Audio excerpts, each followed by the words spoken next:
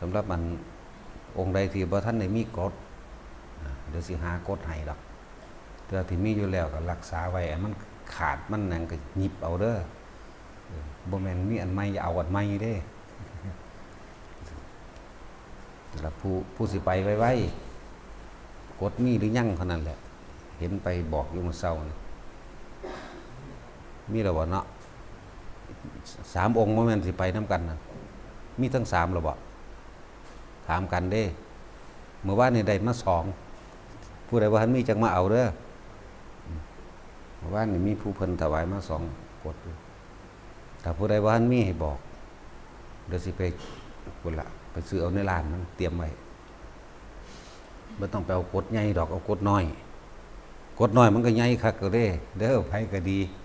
ผมบ่เห็นว่าโอ้ยอันใหญ่สิดีกว่ามันบ่แม่นเด้อันนี้น้อยเวลามันกลางตีนมันออกตัวบาดสิถ้าสินอนก็ดีถ้าสินั่งก็จังไอ้ปล่อยปกติอันว่าน้อยๆมันบ่ได้น้อยเด้อแต่สำหรับผู้บ่ทันได้มีกฎก็ให้บอกศึกก็มี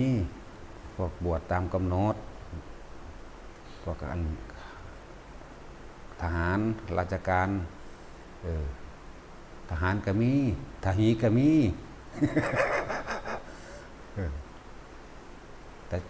แต่จุกมื้อนั่นแหละใช่ล่ะมันขึ้นมาซะบ่ล่ะมื้อนี้มันไปแล้วบ่บักห่านั่น บ่ได้ด่ารับหลังเด้ด่าต่อหน้าคนนี่เด้ถ้าด่า เป็นธรรมดาหั่นแหละสะสมไว้บ่มีความผิดอีหยังดอกเพียงแต่ว่าเขาเจ้าสูบอันกิเลสเล่าร้อนบ่ได้ มันรู้ว่าธรรมดาเด้การบวชนี่ผู้ใดบวชประคองตัวเองไว้จนถึงศึกได้เก่งแล้วบ่แม่นถึงศึกแม้จนถึงตายเว้าผิด จนถึงศึกได้บ่อื่นนี่ก็ได้เด้ ผู้ใดประคองตัวเองไว้ได้นั่นแหละบวชเพื่อเบิ่งใจตัวเองเบิ่งความรู้สึกตัวเองความรู้สึกเก่าๆที่ตัวเองเคยมีความตามใจตัวเองอยากได้อยากว่าอยากกินอยากเฮ็ดหยังก็เฮ็ดไปโดยธรรมดาชาวโลกก็เฮ็ดไปจังซั่นบาดบวชเข้ามาแล้วก็มีเครื่องข่มใจข่มความรู้สึกขัดใจตัวเองให้มันเป็นบ่แม่นตามใจให้ขัดใจข่มใจถ้ามันบ่ไหวก็ไปธรรมดาแหละ อย่างมื้อนี้สะสมไว้ก็บ่แม่นของง่ายนะแล้วก็บ่แม่นว่าสิบ่มีอานิสงส์เด้บวช7 มื้อ10 มื้อ3 เดือนหรือเท่าใดก็ตามถ้าน้อยเกินไปแค่เหมือนกับว่าบวชจูงบวชประเภทนี้อีหยังนั่นก็บ่ได้อีหยังเพราะว่าใจมันบ่ได้อยู่ในบวชมันกายมันอยู่ในผ้าซื่อๆถ้าบวชแบบตั้งใจนะมัน7 มื้อก็สร้างเฮาตั้งใจว่าเฮาสิบวชแล้วเฮาสิกระทำเต็มที่อย่างน้อยเฮาก็1บ่ฆ่าสัตว์บ่ลักทรัพย์บ่ประพฤติผิดในกามบ่โกหกผู้ใดเสียชีวิตทรัพย์สินบ่กินเหล้าเมายานี่มันก็ดีอยู่7 มื้อนะโดยศีล5ก็ดีนั่นแล้วอย่างอื่นๆก็มีสวดมนต์มีไหว้พระเป็นการสั่งสมอุปนิสัยของตนเองเด้7 มื้อก็ตามมีอานิสงส์แต่ว่าแม่นบวช100 ปีก็สร้างแต่บ่รู้จักความจักถีบจักแดนอย่างจิตใจมีแต่จักขาจักได้หาลาภสักการะชื่อเสียงมื้อนี้บ่มีแต่ก็มีดีอยู่อย่างนึงมันก็ว่าเป็นใบไม้อันนึงที่มันประดับอยู่ในต้นไม้นั่นให้มันหนาทึบแน่ก็ดีอย่างเดียวนั่นแหละแต่นอกนั้นเจ้าของรับเองเบิดลงกับลงนรกเองเบิดเปรตกับเปรตเองเบิดดีตอนมีชีวิตอยู่อันบ่ได้ลำบากในการหากินนึงแต่สิลำบากตอนตาย พวกนี้สบายกายแต่หลังจากตายแล้วถูกเผาไหม้อยู่ในนรกพวกนี้ธรรมดาบอกพวกอันบ่รู้จักข่มจิตใจตนเองนะทั้งว่าการบวชเป็นของเฮ็ดได้ยากอยู่บ่ได้ง่ายเลยมันเน้นมันบวชพระบวชเน้นยังก็แล้วแต่ฝึกหัดปฏิบัติได้ ได้เสมอกันนั่นแหละเพียงแต่สมมุติมันว่านี่สมมุติมันว่าภิกษุสงฆ์ซื่อๆดอกหมู่ชีพวกนี้ก็เหมือนกันสิมาศีล5สิมาศีล8นี่เป็นแค่สมมุติอันหนึงศีลจริงๆอยู่ที่ใจเฮาพี่อยู่ที่ใจเฮาเจตนาและงดเว้นนี่เริ่มต้นแห่งศีลเมื่องดเว้นจนขาดได้แล้วจนว่าเป็นปกติจิตบ่มีความคิดในความอยากได้อยากดีอยากมีอยากเป็นอิหยังเลยตลอดทั้งการไม่คิดทำร้ายเบียดเบียนให้ผู้ใดผู้หนึ่งเสียชีวิตและทรัพย์สินมันเป็นความบริสุทธิ์เสมอกันบ่มีหญิงบ่มีชายถ้าเกิดว่าบริสุทธิ์แล้วก็บริสุทธิ์เสมอกันแต่ว่าก็ต้องเว้าไปตามโลกเขานิยมสมมุติว่าหญิงว่าชายว่าชีว่าเน้นว่าพระก็ว่าไปว่าตามสมมุติซื่อๆเด้พระจริงๆเฮาบ่จักใส่เด้มันก็ว่าใส่ไอ้ที่บริสุทธิ์มาเป็นของเล่นย่ำยี่เป็นของต่ำให้เขาว่าโลดอันพวกเขาว่าพระนั่นพระอันนี้มีแต่ภิกษุสงฆ์เท่านั้นแหละที่เขาเอิ้นอยู่ส่วนมากเจตนาว่าคือความว่าภิกษุสงฆ์นั่นแหละแต่คำว่าพระนี่อยากสงวนไว้ดีๆอยู่เพราะว่าโสดาสกิทาคามันถึงเอิ้นว่าพระจนถึงอรหันต์มันถึงเอิ้นว่าพระแต่ว่าบางที่ก็ใส่คำเว้านี่ไปเปลืองแต่ว่าก็เพื่อให้เกิดความเข้าใจง่ายซื่อๆดอกส่วนมากเขานี่จักว่าดูก่อนภิกษุทั้งหลายเท่านั้นเด้หมู่ภิกษุสงฆ์เฮานี่สิใส่คำนี้สมากกว่าผู้ใดบ่ทันมีโกรธก็มาบอกมาแจ้งไว้สิได้ไปเตรียมไว้ให้ก็เฮาสนับสนุนส่งเสริมในการออกไปทุดงค์นอกสถานที่คำว่าทุดงค์มันทุดงค์ตั้งแต่ตอนบวชแล้วล่ะทุดงค์เข้าวัดนี่ถือผ้าสามพื้นก็เป็นทุดงค์แล้วบิณฑบาตก็เป็นทุดงค์แล้วนั่งอาสนะเดียวสันมือเดียวนี่เป็นทุดงค์แล้วนั่นแหละบัดนี้ให้ไปเฮ็ดขอวัดปฏิบัติหรือไปทุดงค์นอกสถานที่ภาษาบาลีเพิ่นว่าจาริกเที่ยวไปในสถานที่ต่างๆมีถ้ำมีเงื่อมผาป่าไม้ที่รกชัดภูเขาโคนไม้อย่างก็ว่าไปหลักการมันเรียกว่าลองไปใส่ประสบการณ์อยู่ที่ต่างถิ่นมั่งถ้าอยู่ในถิ่นอยู่เฮาปกติเฮาบ่ย่านแล้วมันขุ่นมันชินมันบ่ได้ย่านนั่นย่านนี้จิตมันบ่ตื่นก็นี้ถ้าออกไปนอกๆสถานที่มั่งอาจจะได้ความรู้สึกใหม่ถ้าอยู่ในนี่มันอาจจะตายใจตายใจแบบบ่ย่านบ่กลัวบ่หลายๆอย่างในตัวเองนั่นแหละแต่ไปนอกสถานที่เบิ่งดูมันสิเป็นใดคำแนะนำสำหรับธุดงค์เขาก็บอกไว้แล้วเวลาใดก็ช่างที่ออกจากลมหายใจท่านทั้งหลายเหล่านั้นก็เพียงแค่ย้ายที่ทุกข์หาที่เกิดใหม่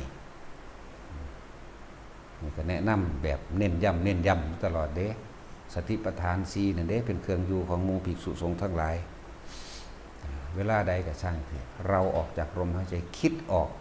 เอาความรู้สึกออกจากกายหรือเอาความรู้สึกออกจากลมหายใจเวลานั้นท่านก็เพียงแค่ย้ายที่ทุกข์ย้ายที่เกิดใหม่พบใหม่สั่นแหละเกิดยังขึ้นก็ช่างเน้นย้ำอยู่ตลอดเลยกลับมาลมหายใจเร็วที่สุดเอาลมหายใจตัดความคิดผีก็อยู่ในความคิดความจำมันแหละในสัญญาอารมณ์ที่มันเคยย่านนั่นแหละถ้าบ่คิดบ่นึกสักอย่างสิเอาหยังมาย่านกล้าก็ไม่กล้ากลัวก็ไม่กลัวมีแต่ว่างเฉยเท่านั้นทั้งที่เห็นอยู่มีอยู่ก็ช่างนั่นแหละแก้ยังไง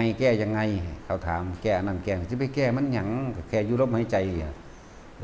สิไปหาวิธีแก้อีหยังกับนิมิตสิหาวิธีแก้อีหยังกับต่างๆที่เข้ามากระทบบ่ว่าสิเป็นนิมิตรูปนิมิตอันเป็นลักษณะท่าทางของบุคคลสัตว์สิ่งของพวกผีพวกเปรตเทวดาอินทร์พรหมทั้งหลายพระเจ้าพระนาคแม้กระทั่งหมู่พระสงฆ์องค์เจ้าในครั้งโบราณหรือขนาดพระพุทธเจ้าเนี่ยบ่ต้องไปแก้บ่ต้องไปคิดฮู้ซื่อๆเห็นซื่อๆฟังซื่อๆแต่มันแสดงก็ดีนั่นแหละต้องแก้บ่ต้องตามอีกที่อยู่ลมหายใจนั่นแหละนิมิต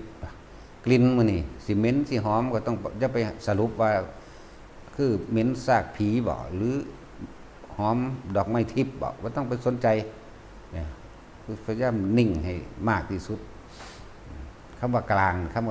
คือมันบ่ได้ไปคิดหาเห เหตุผลอีหยังกับมันเนี่ยความคิดบ่ได้แทรกแซงอีหยังกับมันเด้บ่พาเข้าไปหาความสรุปว่านั่นคือสิ่งนั้นคือสิ่งนี้บ่แม่นแบบนั้นตัดด้วยลมหายใจเนี่ยทั้งเบิดกะประคองความรู้สึกอันเป็นอุเบกขาให้มากที่สุดสั่งสมสิ่งที่ไม่เป็นกุศลให้มากที่สุดจงทำจิตให้เขารอบปลอดจากอกุศลทั้งปวงเนี่ยสั่งสมตัวนี้อากุเนี่ยมันมีแต่ทำให้พวกเฮาเกิดความเล่าร้อนในอากุเนี่ยมีแต่เครื่องทิ่มแทงคิดแล้วไม่สบายใจคิดแล้วร้อนกระวนกระวายคิดแล้วสงสัยนั่นแหละจึงคิดเนี่ยแต่ที่สงสัยไปเอาคำตอบกับอีหยังกับมันจะไปยืนยันตัดสินอีหยังกับมันนี่แหละจังว่าตัดเข้ามาลมหายใจผู้มีเครื่องอยู่ทรงชาติไปแล้วอยู่กับความรู้สึกตัวไปแล้วก็อยู่กับความรู้สึกตัวนั่นแหละรู้สึกตัวด้วยจุดอุณาโลมกลางหน้าผากมั่งด้วยนิ่มๆหน่วงๆบนหัวมั่งด้วยความปิติปราโมทย์เป็นโล่งๆโปร่งๆอยู่ในระหว่างทำกลางกายมั่งหน้าอกแหละอยู่แล้วแต่มันจะเคลื่อนที่ไปเคลื่อนที่มากก็แค่รู้สึกตัวอยู่กับมันแค่นั้นเองประคองไว้เป็นตายนั่นแหละบ่ให้อกุศลเข้าแทรกที่มันแทรกก็เพราะว่าเจ้าของที่เป็นผู้คิดเข้ามาเจ้าของที่เป็นผู้คิดเข้ามาแม้นว่าพวกเปรตพวกผีเสี่ยวจะปรากฏตรงหน้าแต่ถ้าไม่มีการคิดเข้ามานั่นน่ะก็ไม่มีอะไรเกิดขึ้นได้อย่างคนบ่มียังเกิดขึ้นได้บ่มียังเห็นเท่าใดเด้เน้นย้ำคือคำของพระพุทธเจ้าบอกอานาปานสตินั่นแหละเป็นที่ลบภัยจากมารทั้งหลายทั้งปวงเน้นย้ำตัวนี้เห็นบ่นี่อานาปานสติเป็นที่ลบภัยอันมารทั้งหลายไม่อาจทำอันตราย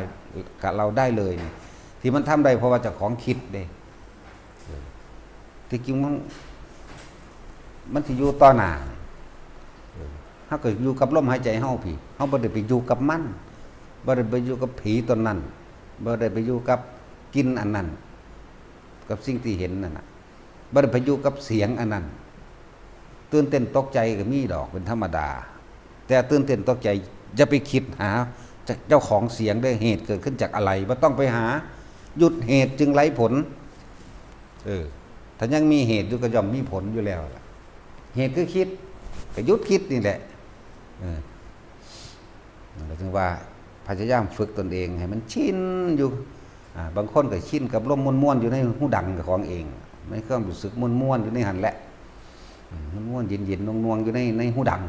บางคนก็อยู่ได้ในแช่อยู่ในกระดานหน้าผากแล้วก็แช่ขึ้นในกระดานหน้าผากเย็นนิ่มนวลก็ว่าไปนักก็แล้วแต่นวงก็แล้วแต่ต้นๆตึงๆก็แค่คอยมีแค่ความรู้สึกอยู่ในนี่ก็พอคิดมันก็บ่คิดบ่นึกบ่ออกเลยนั่นบางคนก็อยู่หัวหนุบหน้าไปบางคนอยู่ร่างทำกลางอกแม้ร่างกายกระตุกจุดนั้นกระตุกจุดนี้ยันเย็นพุ่นเย็นพี่เดียดดาดเข้าไปตามเหมือนยังเสียดเข้ามาในแข้งในขาในแขนในหน้าอกมองได้กระช่างมันแค่รู้สึกอย่าไปหาว่าเกิดขึ้นจากหยังสงสัยเห็นบ่ล่ะสิไปเอาสิไปหาสรุปหยังกับมันก็ยังว่าแค่เกิดดับก็ยังว่าอนิจจังเกิดขึ้นแล้วก็ผ่านไปซื่อๆนี่แหมผ่านไปจะไปเอาหยังกับคำตอบกับมันเมื่อมันบ่มีสิ่งใดตกค้างในใจเฮาคำว่าหลุดพ้นก็คือบ่มีแนวตกค้างอ่ะแหมบ่มีแนวสงสัยนี่แหมบ่สงสัยก็บ่มีความตกค้างตัวมันก็ว่างจากสิ่งทั้งหลายทั้งปวงในรูปรสในกลิ่นในเสียงนั่นจะเอาหยังมาตกค้างบ่มีมันก็ว่างว่างเพราะว่าเฮาบ่คิดเข้ามาบ่ให้มันตกค้างไปว่างอย่างยิ่งก็นิพพานนั่นแหละดับเย็นก็เป็นความรู้สึกที่บ่มีความรู้สึกว่าดับบ่มีความกระวนกระวายสงสัยหยังดับเย็นก็นิพพานสุญญตาขาดออกจากสัญญาเก่าๆที่ว่าแต่ก่อนนั่นว่ามันคือนั่นมันคือนี่นะสุญญตาเนี่ยสัญญากับอัตตามาบวกกันเพิ่นคำว่าบัดนี้มันศูนย์มันสิ้นมันขาดแล้วว่าสุญญตาเนี่ยนั่นคือผีนั่นมันก็ยังบ่ทันได้สุญญตาเด้แต่ของยังไปเป็นผีอยู่นั่นคือเทวดาแต่ของเป็นเทวดาอารมณ์กับปนเปื้อนเข้าไปในหันอยู่แล้วแหละขาดจากความรู้สึกว่าคือสิ่งนั้นคือสิ่งนี้นี่นะตัวตนมันก็เกิดบ่ได้ตัวมันบ่คิดดอกนั่นแล้วสุญญตาวิโมกข์อยู่กับความว่างอันนี้บัดนี้ วิโมกข์ว่างอย่างยิ่งกว่านี่ภาษามันความรู้สึกบ่มีแล้วก็จบแล้วล่ะนี่ภาษาเฮาบัดนี้ความรู้สึกเฮาบัดนี้มันบอกเป็นภาษายากอยู่เลยแนวมื้อนี้เห็นหยังก็ซื่ออยู่นั่นแหละซื่อเฉยๆนั่นคำเว้าเฉยเด้ความรู้สึกบ่มีจริงๆพุ่นเด้ดราม่าก็ดราม่าแม่บ่แม่นกูเลยแล้วยกย่องสรรเสริญมาดราม่ามื้อนี้มันสิบ่มีความคิดเข้าไปปนในคำด่าเขาเด้มันยกเอามาเว้าซื่อๆได้อันแบบนั้นแบบนี้เนี่ยยกเอามาเว้าที่หลังแต่ว่าในขณะปัจจุบันที่มันเกิดปัวๆอยู่น่ะเขาด่าอยู่น่ะเขาย่องอยู่น่ะมันบ่มีแนวไปสรุปด่ากูเพราะหยังเหตุผลหยังมึงอยากได้หยังมึงต้องการหยังมึงย่องกูเฮ็ดหยังบ่มีเด้นี่แหมมันตกจริงๆมันนะความรู้สึกบ่เกิดความรู้สึกที่บ่แม่นความรู้สึกมั้ยภาษาเด้นี่อันนั้นว่างจากรูปร่างลักษณะท่าทางบุคคลสัตว์สิ่งของรูปบางจากรสอาหารกับหูจักก็ได้ล่ะพี่รสอยู่ในกายแต่ว่ารสเข้าไปในใจบ่ได้รูปรสกลิ่นก็เหมือนกันกลิ่นมันก็อยู่แต่กลิ่นเด้มันก็บ่ได้มาตกข้างพอใจในกลิ่นหอมหรือบ่พอใจในกลิ่นเหม็นเด้รูปรสกลิ่นเสียงก็เหมือนกันเปรี้ยงแป้งปังๆมันน่ะเสียงฮือฮาๆเสียงยังเป็นน่าสยดสยองมื้อนี้มันก็บ่สะเทือนในความรู้สึกได้เพราะว่ามันบ่คิดแต่มันคิดมันก็สะเทือนโดนแล้วรูปรสกลิ่นเสียงกระทบสัมผัสรู้สึกทางกายรู้สึกทางกายจะกระตุกมั่งโยกมั่งสั่นมั่งซ้ายมั่งอันนั้นนี่แทรกซ้อนขึ้นมามันบ่ได้สามารถกระเทือนใจได้ถ้ามันบ่คิดนี่แหมแล้วเกิดอยู่จังซี่ประคองตัวเองไปซ้ำตายเท่านี้นึงเด้นั่นแสดงว่าให้หาเครื่องอยู่สมาธิมันก็แปลว่าจิตตั้งมั่นมันตั้งมั่นได้ทุกท่าทุกทางตั้งมั่นได้ทั้งทำการทำงานนั่นแหละมันตั้งมั่นได้เบิดนั่นแหละหาเครื่องอยู่ให้มั่นใดมันคิดหาความอยู่เครื่องอยู่ให้มั่นในความรู้สึกเฮานั่นแหละให้อยู่ในความรู้สึกกายเวทนาจิตเวทนากายร่วมเป็นความรู้สึกตั้งมั่นเป็นหนึ่งถ้าเป็นหนึ่งต้องอุเบกขากันถ้าเป็นสองกันก็มีพอใจอะไรบ่พอใจมันก็บ่อุเบกขาด้วยลึกเข้าไปยิ่งกว่าอุเบกขาคือว่างจากสิ่งทั้งปวงนั่นแหละบาดมันสิดับมันต้องดับพึบไปดอกบาดมันบ่ดับก็คือบ่ดับดับนี่ตัดขาดความรับรู้เด้โอ้ยบ่หาตะว่าไปฮอดพุ่นดอก เอาแค่ธรรมดาที่เฮาเป็นปกติใช้ชีวิตปกติอยู่นี่ก็ได้แล้วเวลามันสิเป็นเอาเองบ่มีผู้ใดกำหนดที่เป็นได้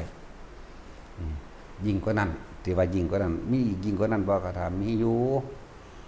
เจ้าจะไปถามเอาแต่คำตอบเจ้าสิเป็นโดดเอาแต่ยอดมันหลายเฮ็ดไปเรื่อยๆนั่นแหละเฮ็ดไปนี่เฮ็ดไปซ้ำตายบ่ได้ไปเป็นหยังดอกแต่ว่าหา